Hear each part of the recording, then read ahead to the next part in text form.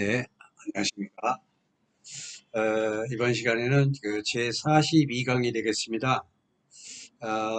제목으로서는 일본인들이 입냄새가 심한 이유, 이거에 대해서 간단하게 말씀드리겠습니다. 일본인들의 그 상당수가 그 입냄새로 고통을 받고 있어요. 어, 이 말은 일본인들의 그 뱃속 그 소화 상태, 소화 상태가 좋지 않다. 이런 말이 되겠습니다. 소화에 영향을 주는 게 한 몇 가지 말씀드릴 수가 있는데, 섬나라의 그 특징인 그 습이 많습니다. 도쿄라든가 이런 데 보면 도쿄만으로 돼 있고, 어, 열대성 뭐 아열대 기후 그런 그 영향도 있어서 툭 하면 비가 오죠. 도쿄에 가보면. 아주 베트남 날씨라고까지는 말씀드리지는 않겠지만, 하여튼 그 비가 자주 와요. 그래서 습이 많습니다. 습이 많으면 곧바로 비 위에 영향을 줘가지고, 비위 소화 상태를 방해하는 그 원인이 되는 거거든요. 이래서 열대성 기후인 그 습이 많은 기후 영향, 이걸 꼽으라 할 수 있는 것이고, 또 하나는 특히 사람들 보면은 그 송곳니가 발달돼 있어요. 상하, 위아래로. 이 송곳니라는 건 이렇게 아주 삐죽 나와 있어요. 이런 사람 의외로 많습니다. 송곳니라는 건 동양의학적으로 본다면은 음양보행, 우장육부, 그 위치로 본다면 송고 양쪽 그 송곳니는 간의 위치입니다. 간 길을 나타내는 거거든요. 그래서 이 그 송곳니라는 건 이렇게 육식 동물을 잡아먹기 위해서 아주 그 먹잇감을 잡기 위해서 발달된 것이다. 그래서 공격성이 많은 게 특징이기도 하죠. 어, 간기가 발달된 것은 무엇을 그 공격하기 위해 계책을 세우거나 음흉한 뭐 지략을 짜는 것이나, 이게 전부 오장육부 중에서 간이 하는 특성입니다. 예를 들어서 사자가 그 먹잇감을 발견하고 자기를 숨기기 위해서 납작 엎드려서 이게 접근을 하죠. 목표에 접근을 하는 모습을 볼 수가 있습니다. 이처럼 나를 숨겨야 돼. 일단 나를 숨기고 상대방을 공격하기 위한 준비 단계, 준비 단계를 세우는 것입니다. 전략을 짜는 거죠. 이게 바로 간의 특성이다. 이렇게 말할 수 있겠습니다. 그래서 인체라는 것은 이 환경과 무관치 않은 것입니다. 그러니까 이렇게 송곳니가 발달되기까지 그 시대 배경을 몇백 년 전부터 쭉 보면 알 수가 있어요. 에, 일본의 그 전국 시대를 통일한 도쿠가와 YS 득천가강 이전의 시대, 이전의 시대와 무관치 않다. 그러니까 일본 그 전체로 본다면 수백 년 동안 서로 간의 전쟁 속에서 죽느냐 사느냐, 이렇게 살아남기 위한 그 수단으로 온갖 지략을 다 짜내고, 이렇게 생존을 모색해 하는 그런 세상에 살았었다.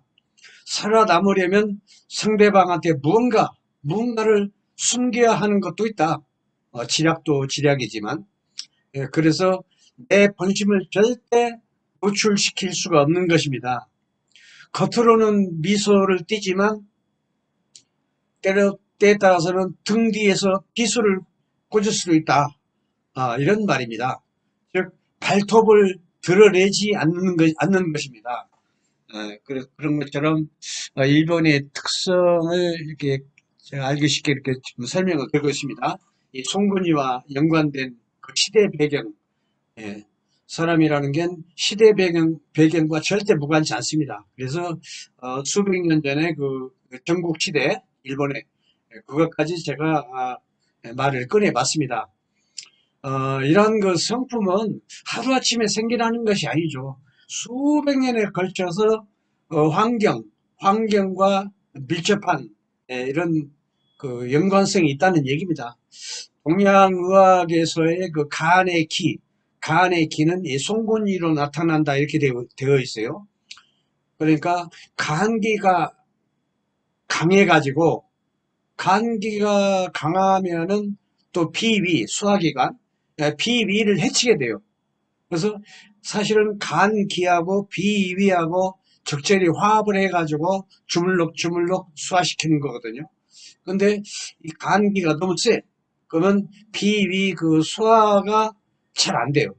어, 이렇게 비위가 약하니까 비위가 약해지면 또 이 사람의 입이 튀어나와. 일본 사람은 특징이 송곳니도 날카롭게 길게 튀어나왔고 이렇게 보면 입이 앞으로 튀어나오는 사람이 무지하게 많습니다. 이렇게 보면 그래서 비위가 약하면 입이 앞으로 튀어나오는 것입니다.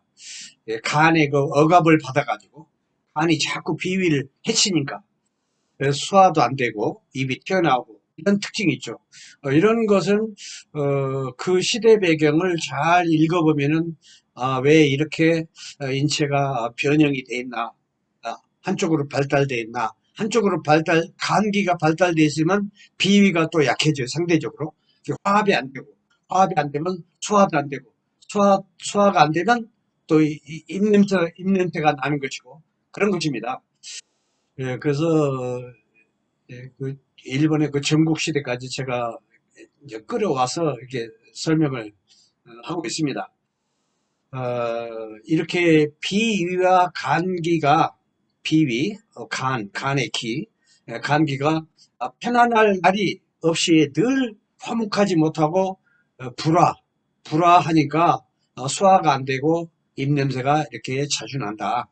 많은 사람들이 입냄새 나면 일본에 가보면 예, 대화 도중에도 엄청 불편해요.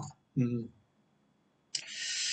이렇게 그 치아가 가지런하지 못하고 막 그 송곳니뿐만이 아니고 막 울퉁불퉁해. 양쪽 송곳니도 길게 나오고, 어, 이런 걸로 봐서 인체의 그 오장육부가 편안하지 못하다. 이렇게 화목하지 못하다는 증거이기도 합니다. 치아를 딱 보면은. 이것은 전문용어로 목토불화입니다. 목이라는 건 간을 말하는 거고, 토라는 건 비위, 소화기관, 이걸 말하는 거죠. 그래서 간하고 비위가 화목하지 못하다. 어, 간과 비 관계가 늘 화평하지 못하고 불화 상태인 것입니다.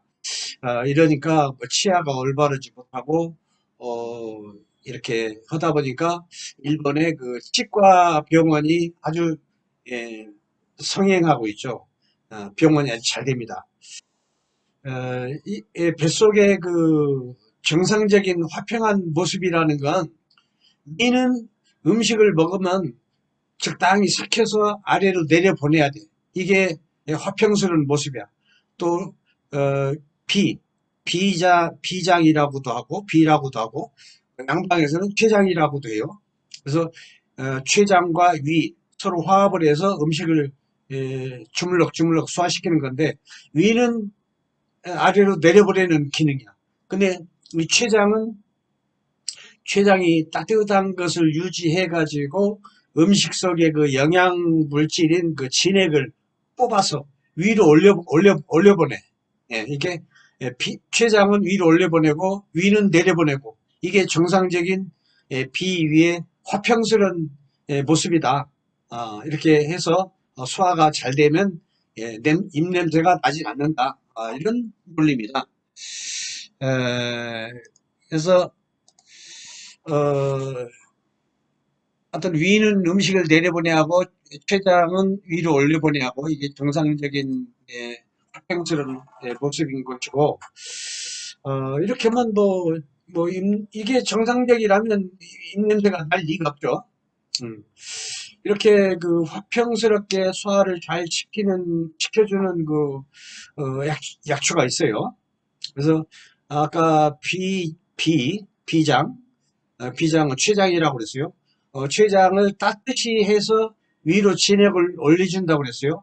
여기에 도움이 되는 그 약초는 필발, 후박, 이런 게 참 좋고, 또 소화를 시켜서 밑으로 내려버리는 약초, 이것은 진곡, 매가, 백출, 산사, 지실, 뭐 목향 이런 등등이 있는 것이죠.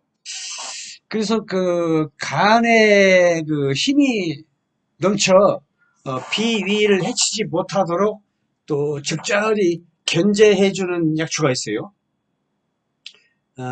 그러면은 이 약초를 쓰면은 간이 비위를 막 업신여기거나 뭐 막 억압을 하거나 해치지를 못해. 예, 견제해 주는 것이죠. 그런 기능이 시호라는 약초가 있습니다.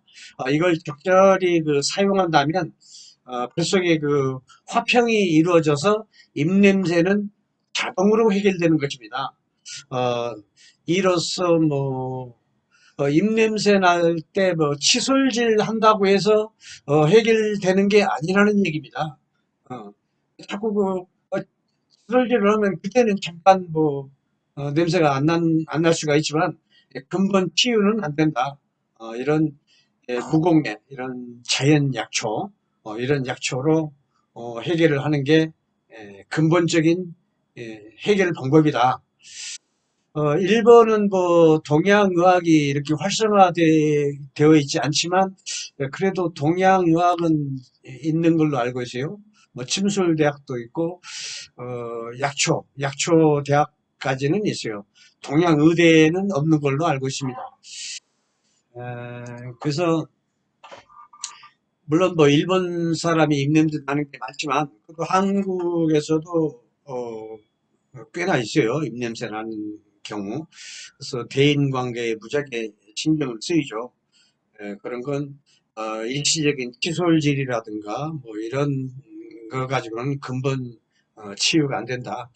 제가 쭉그 불러드린 약초를 한 반 주먹씩 해서 이만한 주전자에다가 동량으로 해도 됩니다. 이렇게 조금씩 넣어가지고 한 2시간, 3시간 100도씩 팔 끓는 물에다가 약초를 데려가지고 그 물을 하루에 한 두세 번씩 한, 한 일주일이고 열흘 정도만 잡숴도 근본적인 해결이 되리라 뭐 이렇게 생각을 하고 있습니다.